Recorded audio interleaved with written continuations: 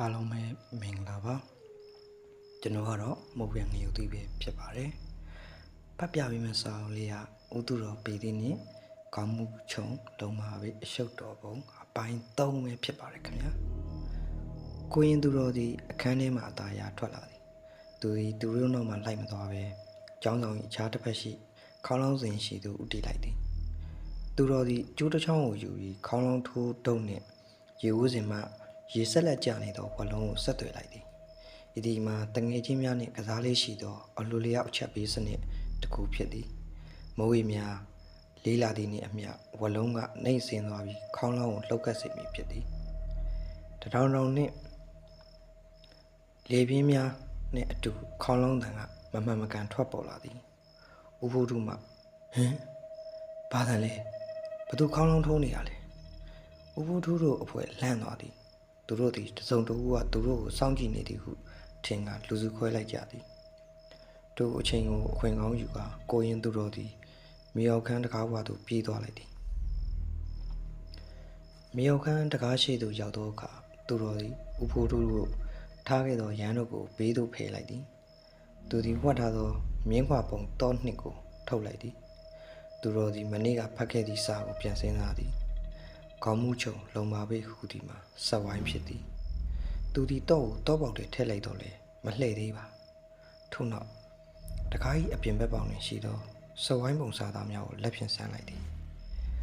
အပေါ်တွင်ခေါင်းအောက်တွင်အမီသူတော်သည်တကားချက်ကိုတစ်ခုလုံးလက်ဖြင့်အသာရဆန်းကြည့်လိုက်သည်တကားသည်မလှုပ်ပါသို့တော့သူတော်ကဦးကောင်းပုံနှင့်အမီပုံကိုတစ်ထက်တည်းဖြစ်အောင်တကားပုံကိုအဝိုင်းလိုက်လှည့်လိုက်တော့အခါကြောက်ဝေါ်ဆိုတဲ့လျှို့ဝှက်တော့အတန်တစ်ခုနဲ့အတူတကားအတွင်းမှာရန်ရမ်းများလက်ပတ်သွားသည်တောနှစ်သည်အလိုလျောက်လဲသွားပြီးတကားသည်ဖွင့်ဟလာသည်အတွင်းဘက်တွင်ဥဖိုးတို့ရှာနေသည့်ရွှေများမဟုတ်ပဲကြီးမားသောပေတီးပုံစံရန်ရာကြီးတစ်ခုနှင့်နံရံတွင်ကတ်ထားသောရှေးအောင်မြေပုံတစ်ခုတွေ့လိုက်ရသည်ထိုမြေပုံပေါ်တွင်ရေးထားသည်မှာစစ်မှန်သောရွှေသည်မြေထဲတွင်မရှိဉာဏ်ပညာ၏အလင်းထဲတွင်သာရှိသည်ကိုရင်သူတော်သည်အံ့ဩစွာကြည့်နေစဉ်နောက်ွယ်မှအေးဆက်ဆက်အတန်တစ်ခုထွက်ပေါ်လာသည်ကောင်းလိုက်တဲ့ကိုရင်သည်ငါတို့အတွက်တကားကိုဖွင့်ပေးလိုက်တာပဲအခုအဲ့ဒီမြေပုံကိုငါတို့ပြီးလိုက်စမ်းပါသူဖို့တို့သည်ရန်တုံးနှင့်မိချစ်ကိုကိုင်းကာကိုရင်သူတော်နောက်တွင်ရောက်နေပြီဖြစ်သည်ကိုရင်သူတော်သည်လက်နက်ကင်ထားသောလူကြီးများကြားမှမိတို့လွတ်မြောက်အောင်ကြံစီမိသည်တစားကန်နှင့်ညံဆန်းမြေရောက်ခန်းအတွင်း၌မိချစ်ဆန်ချစ်တန်သည်ကြေလောင်သောထွက်ပေါ်လာသည်ဥဖိုးတို့၏မျက်နှာသည်မိတောက်အလင်းရောင်အောက်တွင်ဝိညာဉ်တူကဲ့သို့ကြောက်မွက်ဖွယ်ကောင်းနေသည်သူ၏လက်ထဲတွင်ရန်တုံးနှင့်မိစာကိုကင်ထားရင်ကိုရင်သူတော်စီသို့တလှမ်းချင်းတိုးလာသည်ကဲကိုရင်လေးမင်းတကားကိုတော့ဖွင့်ပေးပြီးအခုအဲ့ဒီနေရန်ကမြေပုံကြီးကိုယူပြီးငါ့ကိုပေးစမ်းမဟုတ်ရင်ဒီရန်တုံးနဲ့မင်းကိုရောဒီចောင်းဆောင်ကြီးကိုငါအမောက်ထောက်ပြမယ်ကိုရင်သူတော်ဒီတုံလုံးချင်းမရှိပဲဒီနေသာရက်နေသည်သူ၏လက်ချောင်းများကတငန်းအောက်၌ကျွဲကောပေစီလေးမြောက်အစီတကျရွေ့နေသည်သူတော်သည်ဥဖိုးတို့၏အနောက်ဘက်ရှိကြီးမားသောပေသည့်ရန်ရာကြီးကိုတွက်ချက်ကြည့်လိုက်သည်တကားကြီးအဲ့ဒီမြေပုံကအတုပါတကယ်လို့အဲ့ဒါကိုဖြုတ်လိုက်ရင်ဒီတခန်းလုံးမြေပိသွားလိမ့်မယ်စစ်မှန်တဲ့ရွှေတီနီယာကဒီပေသည့်ရန်ရာကြီးထဲမှာပဲရှိတာဥဖိုးတို့သည်မျက်မှောင်ကျုပ်လိုက်သည်သူ၏ပရိစိတ်ပေါ်ကုတ်ကိုဤကိုရင်လေးတိနေသည်မှာတေချာသွားပြီလောဘဆောကြောင့်ဥဖိုးတို့သည်ရန်ရာကြီးစီသို့အာယုံရောက်သွားသည်ဘလို့ရှိရလဲပြောစမ်း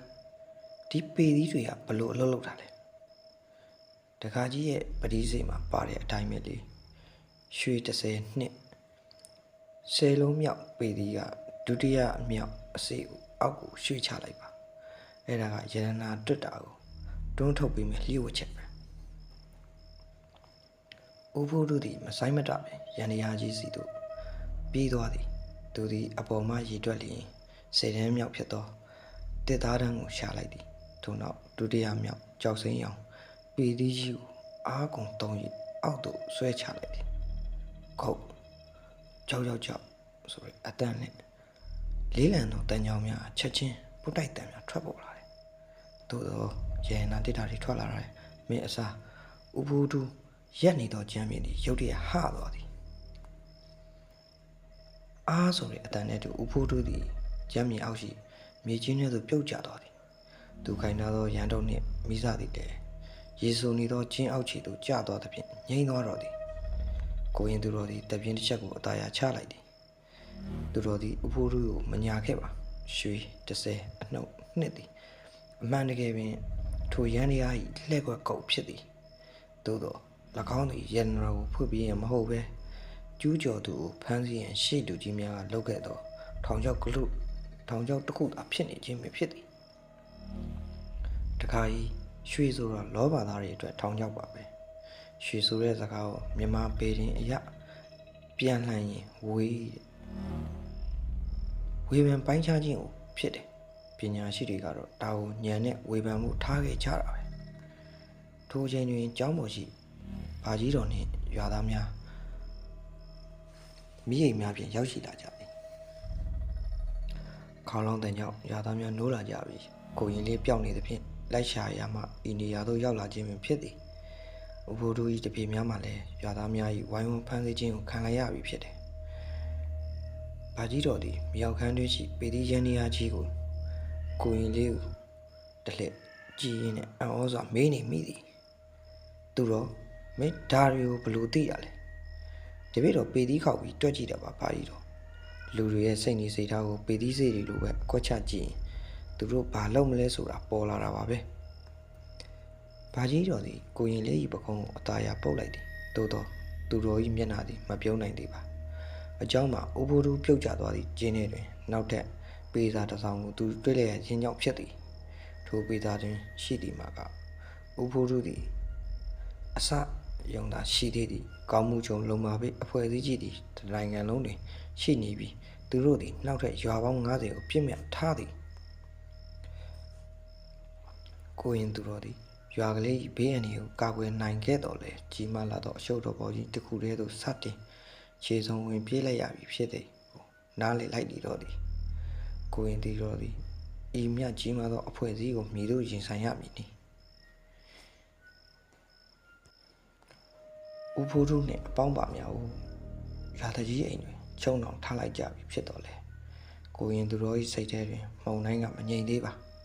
ဥဖိုးတို့ပြုတ်ကျသွားသည့်ကျင်းအောက်ချိန်မှသူကောက်ရခဲ့သောပေစာစုပ်လေးသည်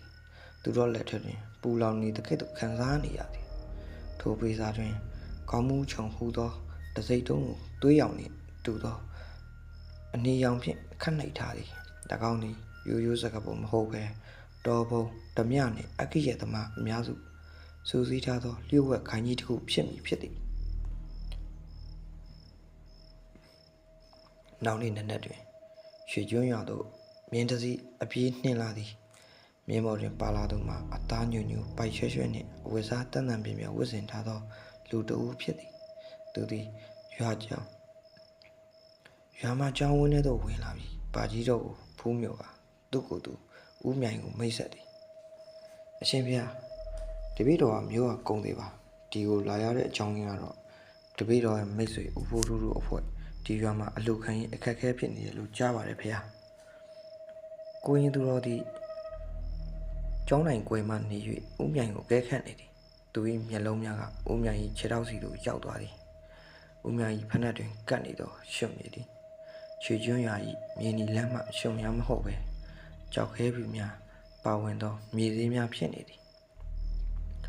၎င်းမြေမျိုးသည်ရွာ၏မြောက်ဘက်10မိုင်ကွာရှိတုတ်တန်ဟောင်းနားတွင်ဖြစ်သည်ဒီလူမျိုးကလာတာမဟုတ်ရွာနားတွင်ပုံနေတာဥဖိုးတို့အဖမ်းခံရတာကိုသူချက်ချင်းသိနေတာပဲဘာကြီးတော့ဦးမြိုင်နဲ့စကားပြောနေစဉ်ကိုရင်သူတော်သည်ရင်သွေးချမ်းလာချပေးဟန်ဖြင့်အနားသို့တိုးသွားသည်သူတော်သည်လက်ထဲတွင်ခြေခေါ်စိတ်ပေသည့်3စီကိုကင်ထားပြီးဦးမြိုင်၏ရှေ့တွင်တစီချင်းချလိုက်သည်တကားကြီး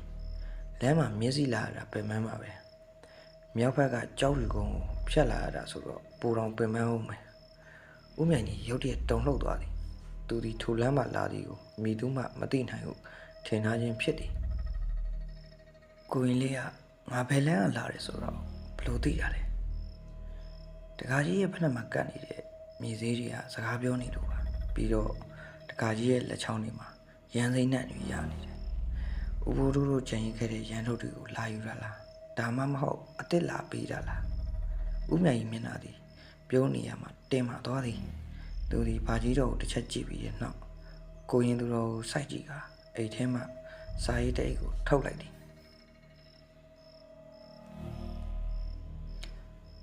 ညံကောင်းလာကြီးလားကိုရင်ဟုတ်ပြီငါကောင်းမှုကြောင့်အဖွဲ့ရဲ့စေတမန်ပဲငါတို့လူတွေကိုအခုချက်ချင်းလှုပ်ပြီးရွာကိုဘာမှမလုပ်ဘူးမင်းလှုပ်မပေးရင်တော့ဒီစာရဲကပုတ်စာကိုဖြည့်ကြည့်ပါအပြင်မထွက်ရင်ဒီညရွာမီးလောင်လိမ့်မယ်ဦးမြိုင်သည်မြင်းမော်သူခုံတက်ကအပြင်းနှင်ထွက်ခွာသွားတော့သည်ကိုရင်သူတော်သည်စာရေးကိုဖွင့်ကြည့်လိုက်သည်ခါစာရဲတွင်ရေးထားသည်မှာခေါင်းမရှိတော့လူတစ်ထောင်မီးမရှိတော့နဂါးတစ်ကောင်ခြုံထဲကနေမင်းကိုရှာဖွေလောအချင်းကနေမင်းညွတ်ချိန်ရွာသားများမှာကြောက်လန့်တုန်လှုပ်နေကြသည်နေမင်းညွတ်ချိန်ဆိုသည်မှာနေဝင်ချိန်ကိုဆိုလိုခြင်းလောတော့မဟုတ်အခြားရလားကိုရင်သူတော်သည်သူ၏ပေရီးများကိုမြေပေါ်တွင်အကွက်ချလိုက်ပြန်သည်ကိုရင်သူတော်သည်ခေါင်းမရှိတော့လူတစ်ထောင်ဆိုသည့်ဗဟေရီကိုမြေတို့အတိတ်ပဲဖော်ရမည်နီရွှေကျွန်းရွာကြီးကိုမိဘေးမှမြေတို့ကာကွယ်မည်နီ